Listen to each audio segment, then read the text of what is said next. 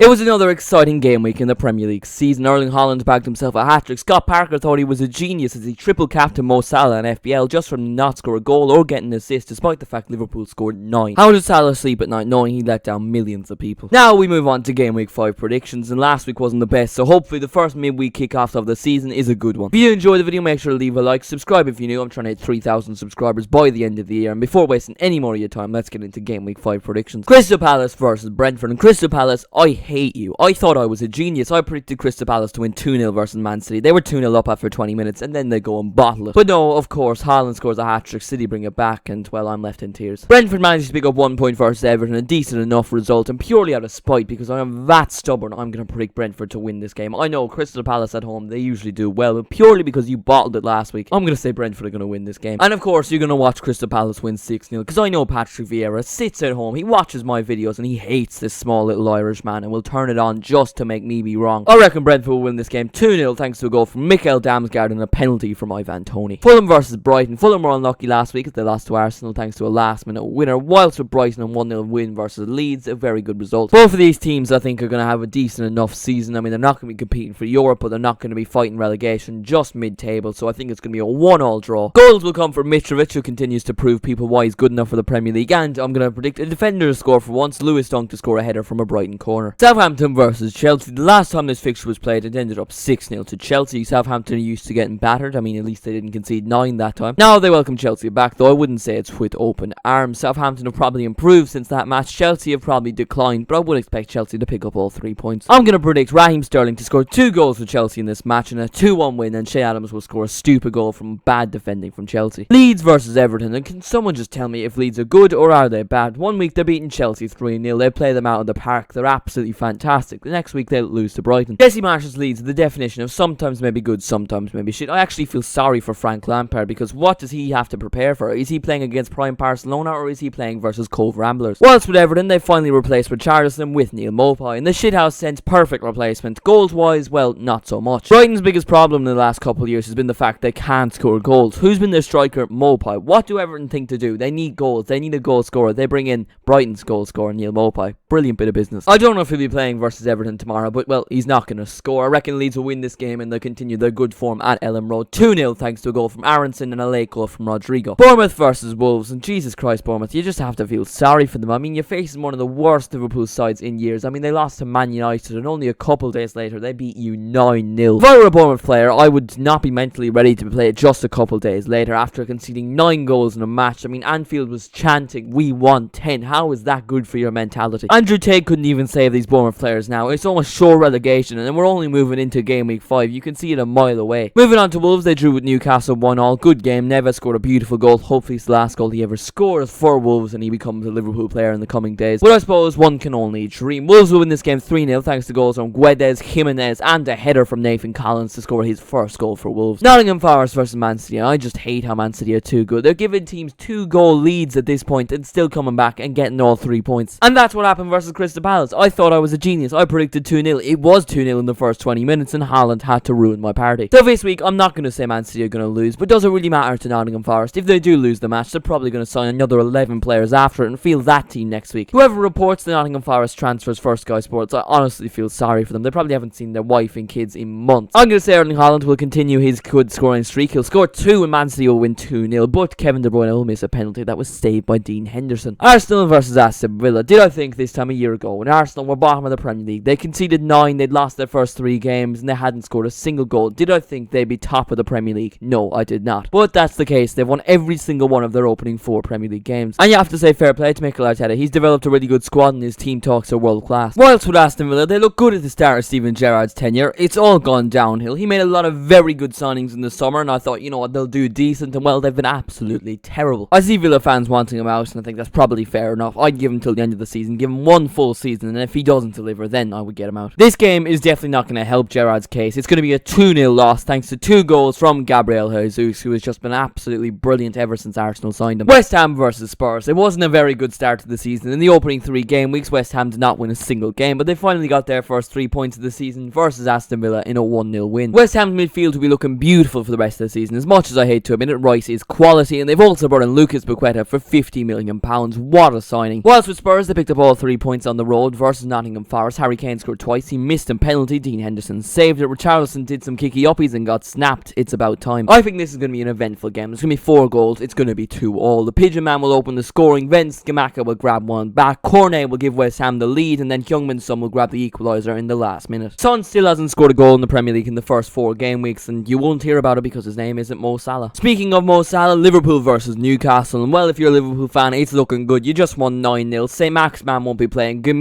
won't be playing. A lot of injuries that were positive for Liverpool for once. I can almost guarantee Trent is doing cartwheels in his kitchen right now because he won't have to play against St. Maximin. That would not have been fun to watch at all. I think Liverpool will win this game 2-0. Goals from Luis Diaz and Harvey Elliott. So if you have Mo Salah captain in the FPL, take him off it because I always get my predictions right. Leicester versus Man United. This game is being played on a Thursday. Erik ten Hag was brought in to make sure Man United won't be playing on Thursdays. And well, at this point in time, I think Leicester, all they want to do is play on Thursdays at least. I mean, they've been terrible so far this season. For all Leicester fans talk about the fact their owners love the club, and I'm sure they do, just make a noteworthy signing because I think they actually could be dark horses to get relegated. And I do like Leicester, I just don't think it's looking very good at the moment. They're going to lose this game 2-1 thanks to goals from Sancho, and Cristiano Ronaldo will finally score his first goal of the season for Man United. And for Leicester, James Maddison will bag himself a free kick. So that was my Game Week 5 Premier League predictions. Let me know what you thought of it in the comments. They're probably not going to be very good. Last week was certainly not very good, so hopefully we do improve. Thank you all so much for watching the video. Make sure to like if you did enjoy, subscribe if you are new, and I will see you in the next one.